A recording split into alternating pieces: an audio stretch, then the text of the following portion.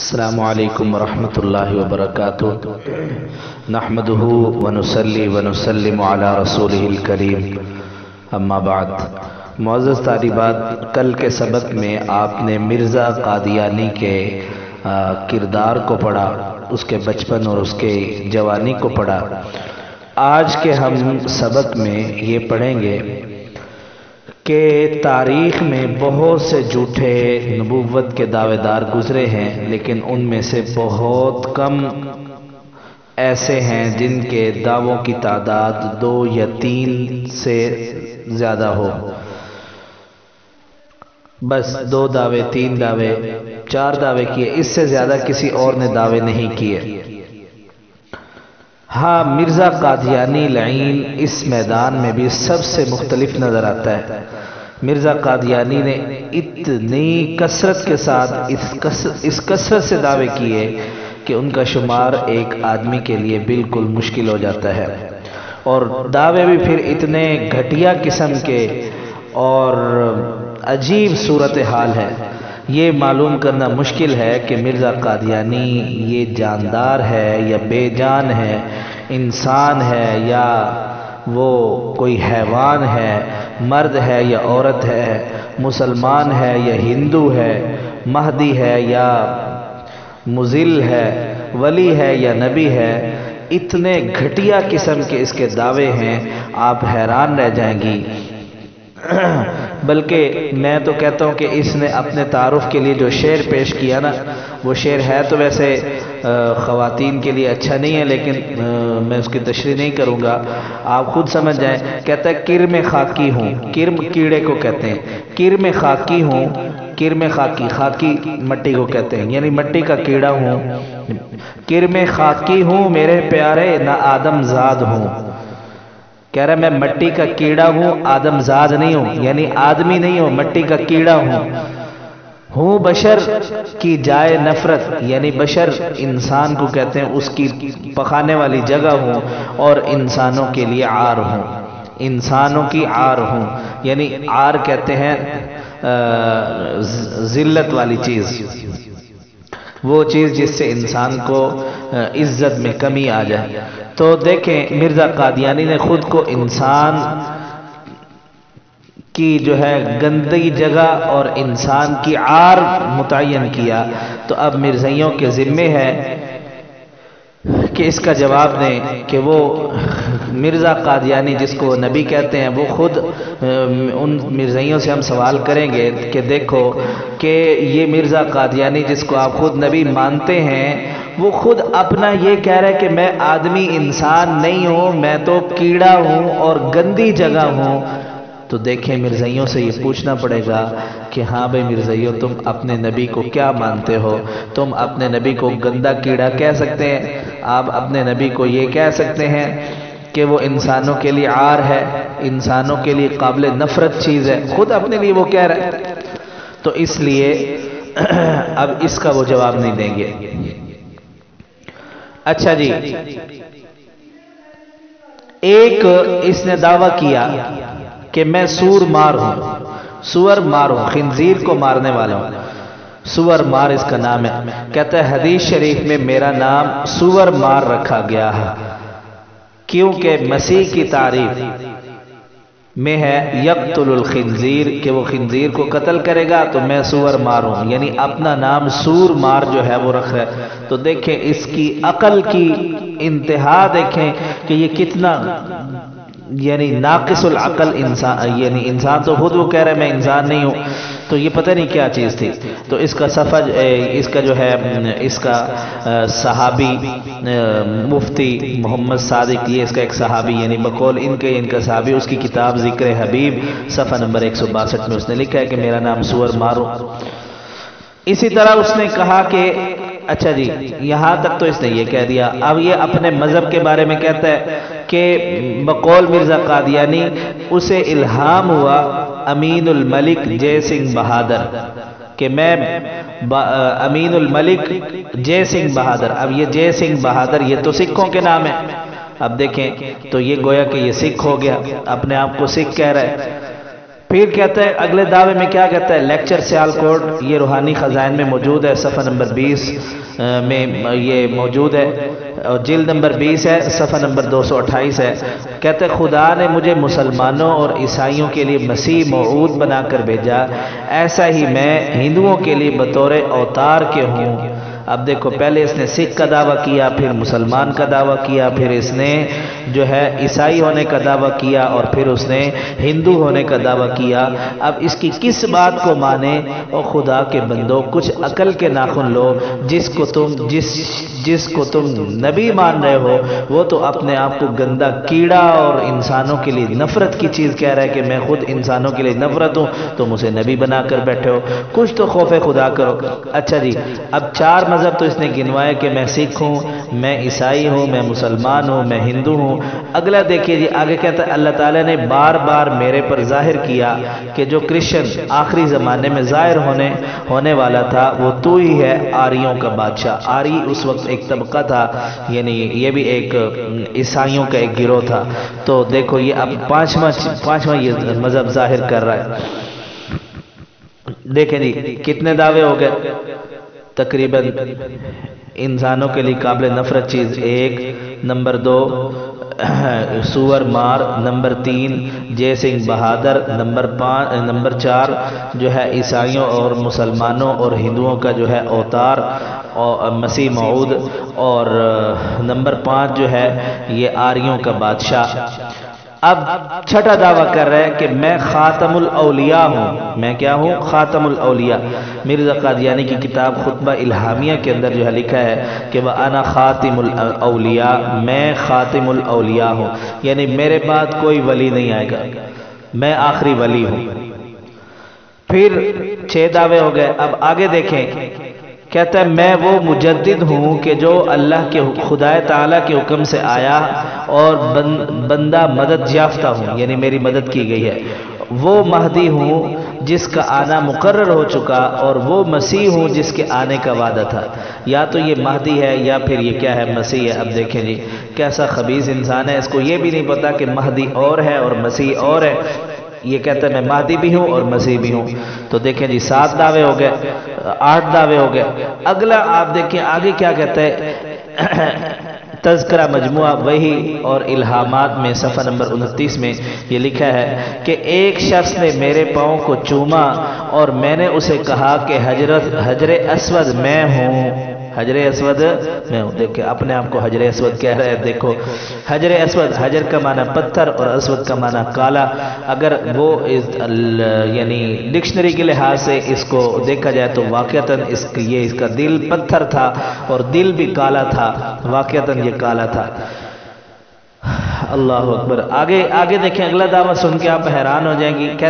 کہتا ہے کہ میں بیت اللہ ہوں، کہ یہ بھی تذکرہ مجموعہ وحی الہامات کے اندر ہے کہ خدا نے اپنے الہامات میں میرا نام بیت اللہ رکھا ہے۔ اگلی بات دیکھیں، کہتا ہے مرزا قادیانی کہتا ہے مجھے الہام ہوا، میں تو بس قرآن کی طرح ہوں، یعنی میں ہی قرآن ہوں۔ دیکھیں جی معاذ اللہ۔ آگے دیکھیں جی اگلی بات جی کیا کہتا ہے، میں مریم ہوں، مریم علیہ السلام، حضرت عیسیٰ علیہ السلام کی والدہ۔ تو کہتا ہے کہ اس اللہ نے براہین احمدیہ کے 3 حصے میں میرا نام مریم رکھا۔ براہین احمدیہ اس کی کتاب ہے، کہتا ہے اس میں اللہ نے میرا نام مریم رکھا۔ پھر جیسا کہ براہین احمدیہ سے ظاہر ہے 2 برس تک یعنی 2 سال تک صفت مریمیت ہی میں نے پرورش پائی، یعنی میں مریم بن کے ہی پلتا رہا اور پردہ میں نشو و نما پا رہا۔ پھر جب اس پر 2 برس گزر گئے یعنی 2 سال گزر کے، تو جیسا کہ براہین احمدیہ کے حصہ 4 صفحہ نمبر 496 میں درج ہے کہ مریم کی طرح عیسیٰ کی روح مجھ میں پھونک دی گئی، یعنی اب مریم سے میں کیا بن گیا؟ عیسیٰ۔ اور استعارہ کے رنگ میں مجھے حاملہ ٹھہرایا گیا، اور آخر کئی مہینے کے بعد جو 10 مہینے سے زیادہ نہیں، بذریعہ اس الہام کے جو سب سے آخر براہین احمدیہ کے سے 4 صفحہ نمبر 556 میں درج ہے، مجھے مریم سے عیسیٰ بنایا گیا، میں اس طور میں ٹھہرا، میں اس۔ تو دیکھیں کشتی نوح اس کی اس کا حوالہ کشتی نوح اس کی کتاب ہے۔ یہ ہے مرزا قادیانی کے چند دعووں کی سرسری جو ہے فہرست۔ کیا کوئی انسان اپنے ہوش و حواس کے ساتھ اور عقل کے ساتھ مرزا قادیانی کو مجدد، مسیح، ولی یا نبی تو دور کی بات ہے، کیا کوئی انسان اس کو صحیح دماغ والا یعنی عقل مند شخص بھی شمار کر سکتا ہے؟ او خدا کے بندوں، کوئی بندہ اس کے پیچھے لگ سکتا ہے جو ایک جگہ پہ ٹھہرے نہیں؟ پہلے کہتا ہے میں مریم تھا، پھر کہتا ہے میں عیسیٰ بن گیا، میں بیت اللہ بن گیا، میں حجر اسود بن گیا، میں مسیح بن گیا، میں مہدی بن گیا، اور پتہ نہیں کیا کیا بن گیا۔ خود کو پھر نبی بنایا، حتیٰ کہ اس نے اپنے آپ کو خدا ہونے کا دعویٰ بھی جو ہے اس نے کیا۔